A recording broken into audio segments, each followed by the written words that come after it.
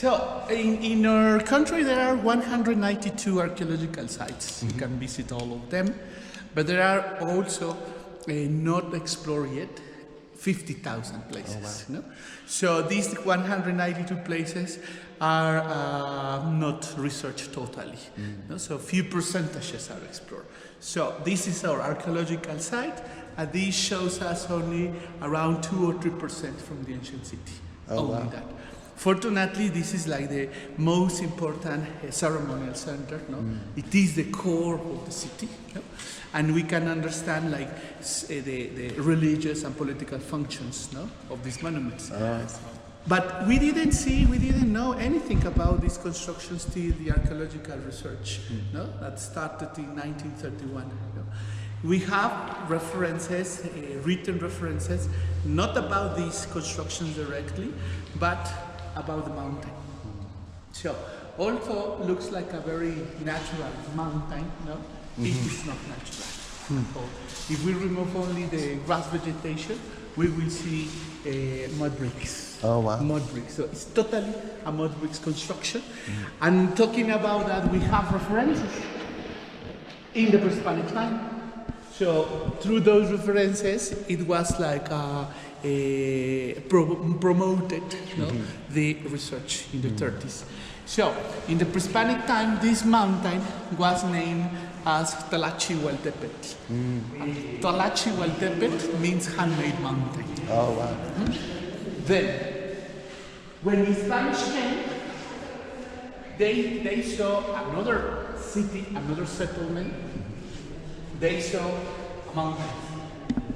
So usually visitors think that the Spaniards were who buried the pyramids in order to build the church on top. No, that's not true. The Spanish saw a mountain, but they also understood that the mountain is not natural. No? They explain it in their own way. They use the Bible. No? Oh, really? And they explain that the mountain is another Tower of Babel. So they could understand, no? They could understand that it is not natural. Then in the 19th century, the mountain was explained finally as into a kind of more scientific way, as a pyramid, as a basement, no? There were German scientists who explained it in that way. And then in the 1931 years, the research began by digging tunnels. Oh, I see. So that's the tunnel's entrance. We will see only few tunnels because there are a lot. There are in total 6 miles of tunnels. Oh, wow. No? So all of them excavated from 1931 to 1956. That's the tunnel's entrance, and we are going to get with the black mark, the black stain. And they're original tunnels? No? Research. Oh, I see. All of them research tunnels. So by digging those tunnels, these monuments were found, were identified inside the mountain. Sometimes visitors think that the pyramid looked like that. No. Those constructions are inside the mountain. No? So when we get the black stain, we are going to walk outside that construction, around, in its second tier. You can see that it is a 9 levels construction. So we are going to walk on the second tier, on the second stair landing. No? Okay. If we open more tunnels, we would see that different original? Earlier monument. Okay. No? But now it's closed. I mean, there few years ago was closed the access in order to protect the paintings on top of the monument. So in this model are showed the pyramids that were exposed to public, but there are more. No? And with the new tools for the archaeological research, now we must talk about not only 1, 2, or 3 pyramids, no? Or 3 buildings, but about 8. No? One on top of each other. That's the reason why the last construction that could be understood on the grayish part is considered as the largest pyramid in the world in its basement. Because this process of layers and layers and layers and layers. Oh, I see. So it is compared, you can see here, it was compared with the Cheops pyramid, with the Khufu pyramid in Egypt, and the Cheops pyramid is 215 meters per side. So you can see 439, from 380 to 439 meters per side. So this is larger. Much larger. Yeah. So, but it is not very attractive than the Egyptian pyramids or the Teotihuacan or whatever, because this looks like a hill, no? And it's not complete. We can understand that the very edge of the pyramid was here, around this museum building, and the street up there cuts the pyramid. So, because those reasons, it's not very attractive. And well, then the church, people pay like more attention on the church on top, but not on the mountain as a pyramid. No? But well, let's see the replicas of paintings. So, I need to show you these written references about the knowledge of these monuments in the Pre-Hispanic time.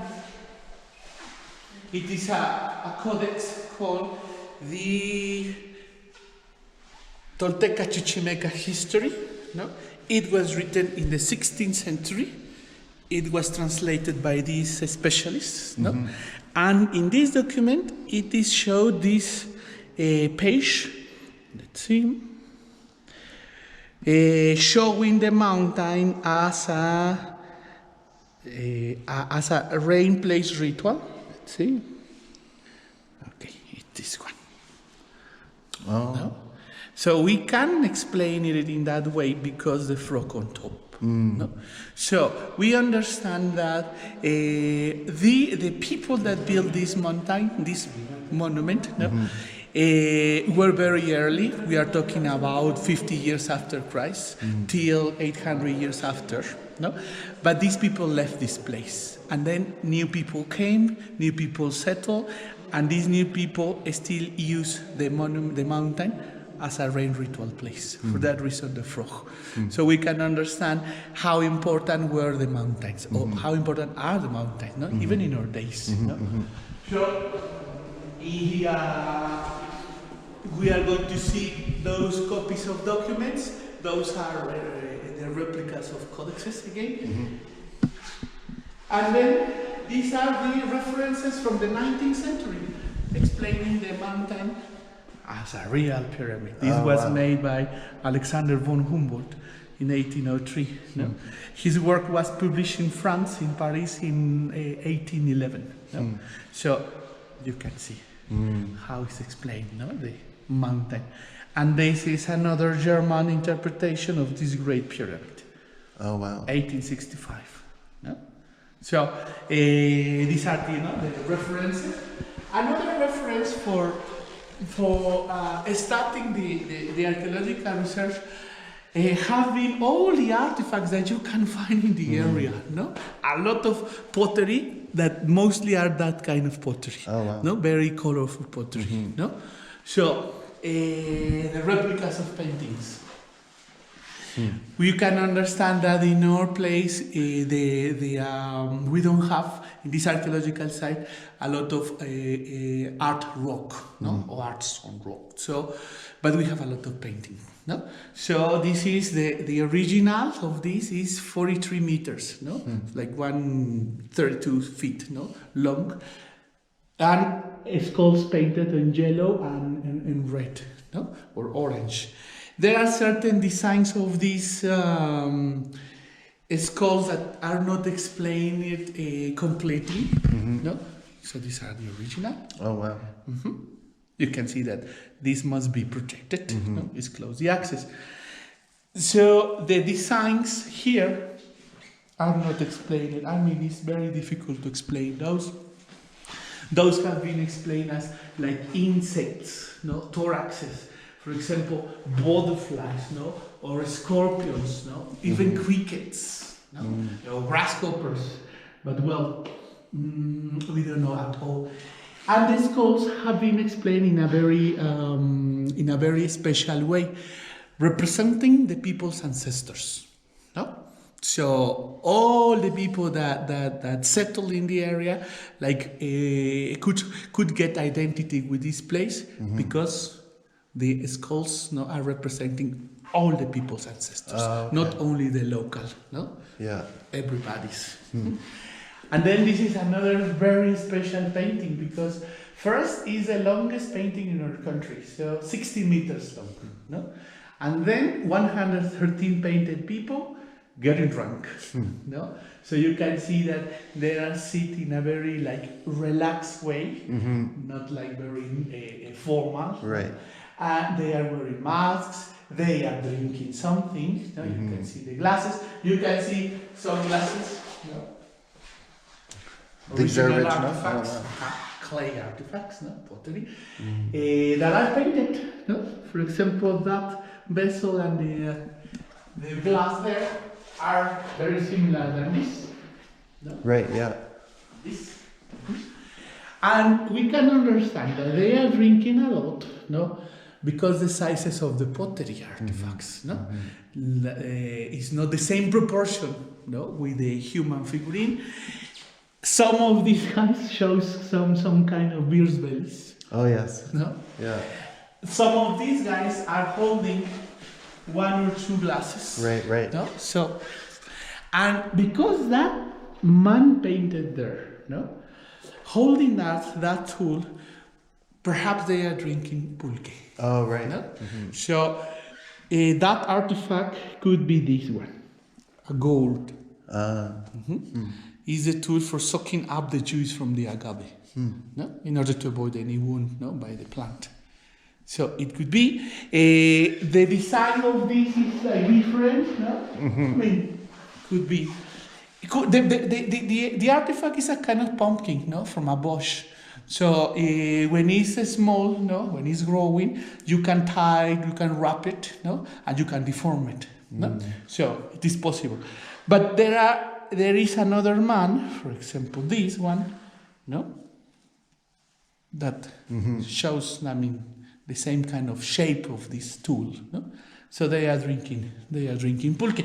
So in such a way, we can understand why this guy is showing his beer's belly, no? Because you need to drink a lot of pulque in order to feel drunk, no? So the skulls painting was painted around 100 years after Christ, and this drinkers painting around 300 no? After Christ. And where are these located inside the pyramid? No. These are located at the outside ruins. Oh. So among the plazas, no, palaces that were built right there. And this is painted on top of the second pyramid. No? By the way, we need to talk now. We need to show you the 8 pyramids, no, new explanation. Okay. That was published in 2018. No? Here you can see these 8 layers.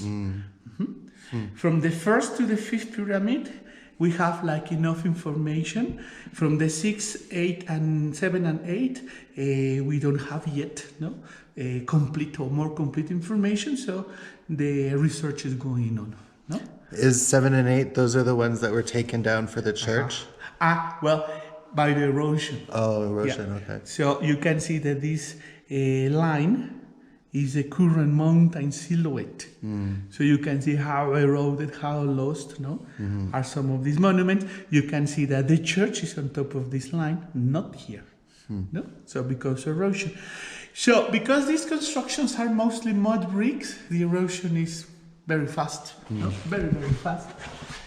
And then we have this. The last construction, the 8th pyramid, is dated around 600, 650 after Christ, no?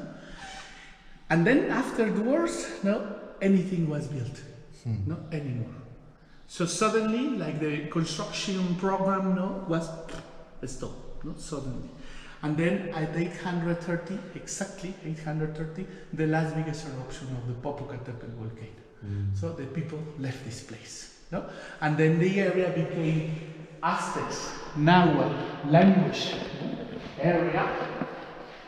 This Aztec language people call the area Chololan, and then we can talk about Cholulteca, the people that inhabited Cholula. So this is their pottery, no? Very colorful. So because this is like the last settlement, Pre-Hispanic settlement in the area, that's the reason why you find these kind of artifacts superficially. So we don't need to dig, no, a lot, no, in order to find this.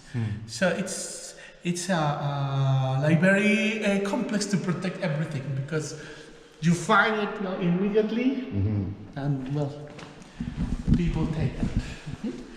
Then these Cholulteca people built a new city. We have some, again, references about that city.